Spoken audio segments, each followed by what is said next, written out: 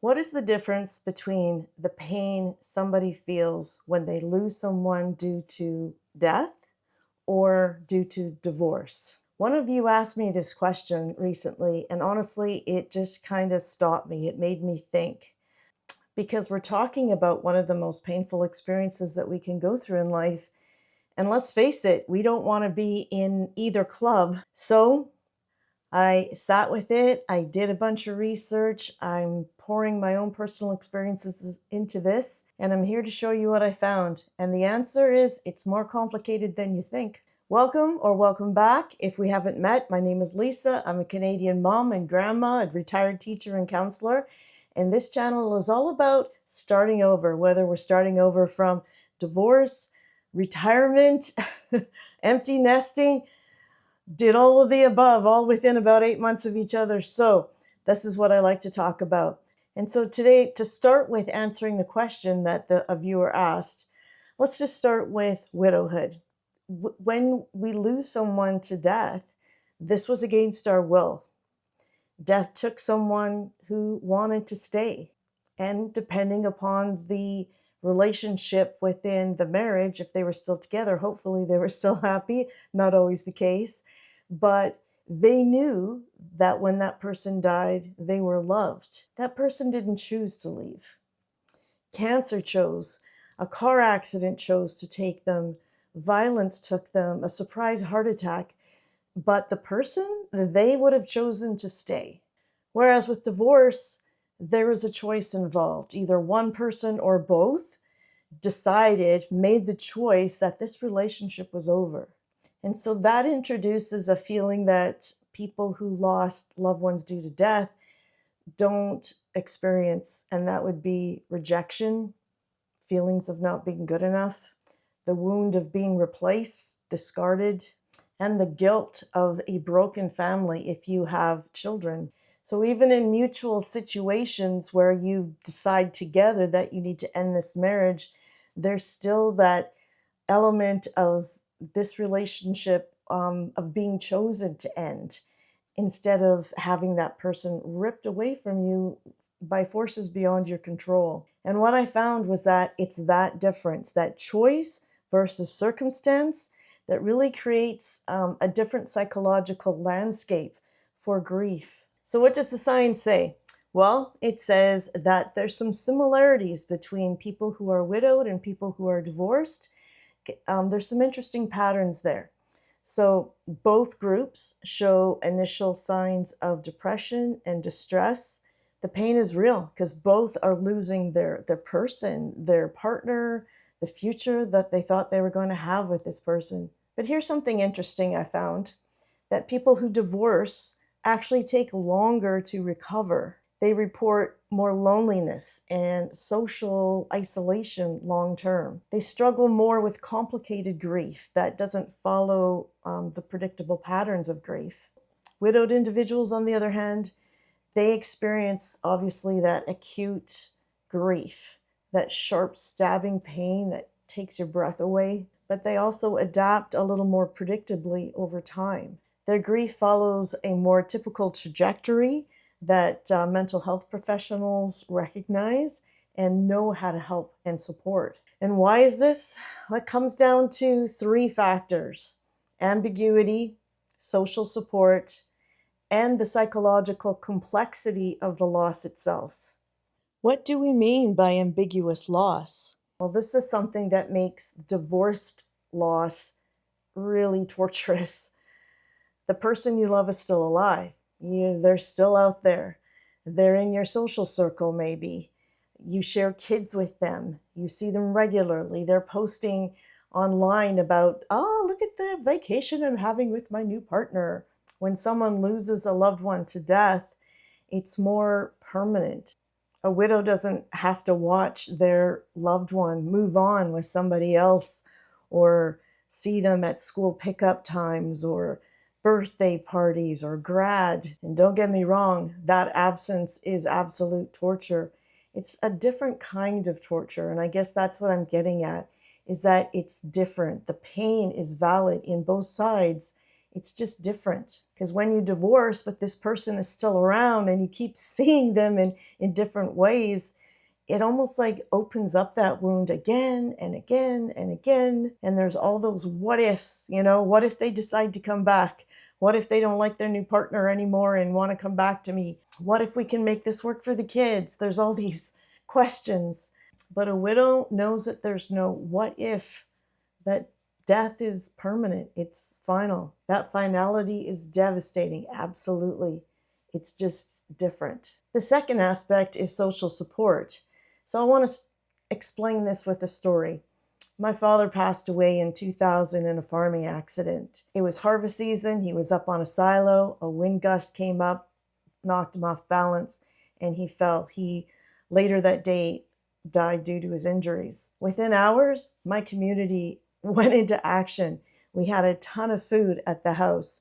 The neighbors got together with their equipment and took the crop off for us. Family came from all over the country. There were over 500 people at my dad's funeral. The outpouring of support was overwhelming and beautiful. And this is what happens when someone passes away. The community rallies. We send flowers. We bring casseroles. We sit with you at the funeral. You get time off work, no questions asked. There's rituals like funerals, memorial services, obituaries, celebrations of life. Your grief is publicly acknowledged and validated. But with divorce, not so much. People tend to minimize it. Things happen like friends take sides, friends might disappear. There's no paid bereavement from work. There's no funeral service. There's no ritual to mark the end. And this is what researchers call disenfranchised grief. Grief that isn't socially recognized or validated. And it makes everything harder. You're not just grieving the loss of the person, you're grieving alone, without permission, without the support systems that naturally emerge around death. If it was your choice to end the marriage, you could be losing people as a result of that because they're angry with you. So not only are you losing your spouse to divorce, but you're also losing his entire side of the family. Whereas had your spouse passed away, they tend to still embrace you and include you. And here's the kicker. Divorce also comes with a bit of a social stigma. I am divorced, and I can tell you firsthand, that stigma is real. You feel like you failed somehow, like you weren't enough, like you didn't try enough. And then if you have kids, there's that grief too of the life that you thought, that you'd hoped that you were going to bring for your kids, and it just didn't happen. So there's also the loss of that potential. So let's talk about the psychological complexity of grief. When we divorce, we're grieving the person that we loved or thought we loved, because sometimes we realize that person was not who we thought they were. The future that you planned together, your identity as a half of a couple, the dreams that you built together, your sense of security and belonging. Sometimes your home, your financial stability, your social circle, your belief in love and that commitment means something. And in so many cases, your self-worth, your confidence, and if there was betrayal, such as infidelity or learning about some lies or even having a whole hidden life, you're also grieving your ability to trust your own judgment. If you didn't see it coming, you're left wondering, what else did I miss? Can I trust myself to see reality clearly? And I'm going to bring this up because it didn't show up in the research, but I've lived it. Again, I'm thinking about my kids. Divorce meant the life my kids knew was going to change very much. And I grieved that because I wanted better for my kids. Widowhood, on the other hand, has its own very unique and devastating agonies that divorce doesn't touch. The permanence of death is absolute. We never get to see that person again, hear their voice, their laughter. My dad, he always had this twinkle in his eye when he would play cards, and I knew he was going to win. We just saw that little twinkle and we knew we were done. There's a song called Dance with My Father Again. It was like, what I would give to be able to dance with my father one more time. And yeah, that finality is soul crushing and it's so hard to put into words. When we lose someone, we're angry, and it's really hard to have an outlet for that anger. Like in a divorce, it's easy to be mad at your ex. But how can you be angry at cancer?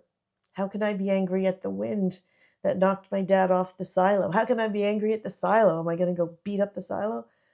Many widows struggle because they have nowhere to direct the rage. I know when my dad passed, my mom was angry at my dad for a little bit because, why did you get up on that silo? She was angry at him for that. But at the same time, with death also comes an idealization issue.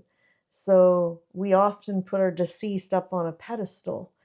So, that expression of don't speak ill of the dead. So that is definitely a thing, and it makes it really difficult for people like my mom to be angry at my dad. How can you be angry at him for passing away?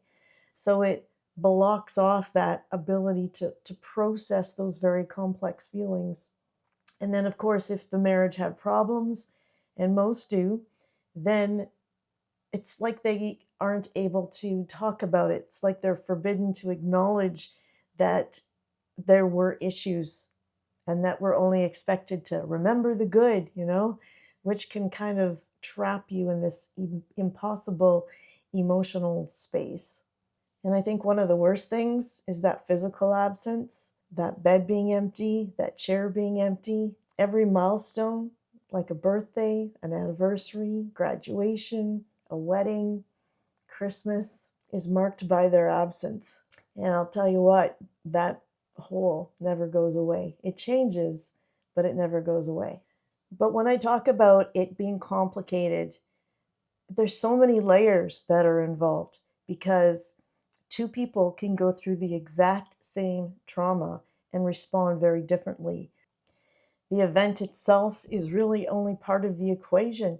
How your brain, your specific history, how you process it, all of that is going to contribute to how this trauma impacts you.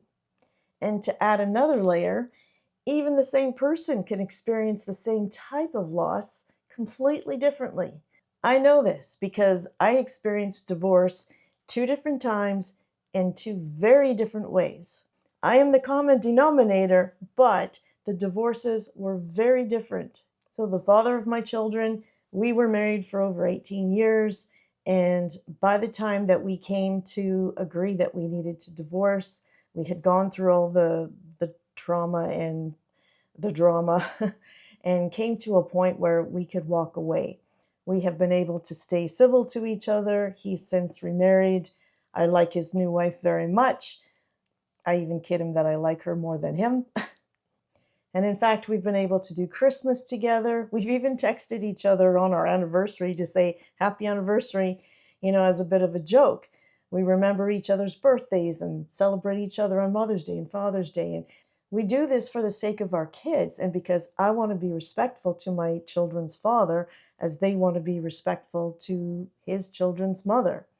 And I'm very grateful we've come to this point. But I also know that had we not had kids together, that I probably wouldn't have this contact with him at all. But my other divorce, very traumatic, and there is no communication there whatsoever. So the grief and loss that I have experienced in these 2 different situations, even though I am the common denominator, is very different. So it's just an example to say that, how painful is divorce. It's hard to gauge that because it's not even the same experience for one person who's gone through it more than once. So when we talk about losing someone to death and losing someone to divorce, we really have to validate that they are both profound losses that change everything about how you navigate the world. They're just a different kind of devastating, but both are gutting, both are life-altering, and both require us to rebuild, to start over. So here's what I want to leave you with.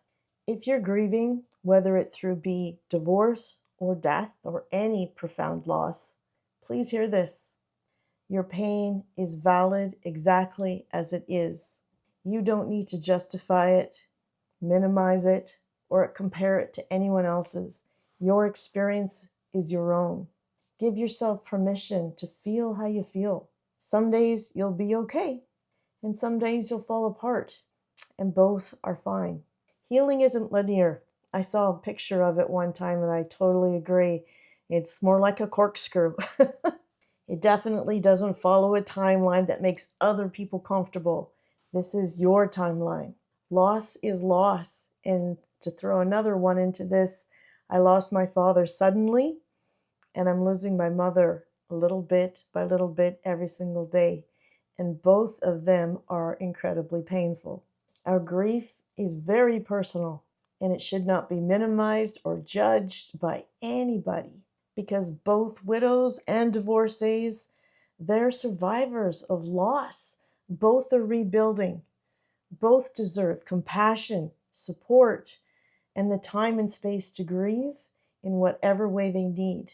There is no prize for suffering the most, having a stiff upper lip the most. There's only the work of healing.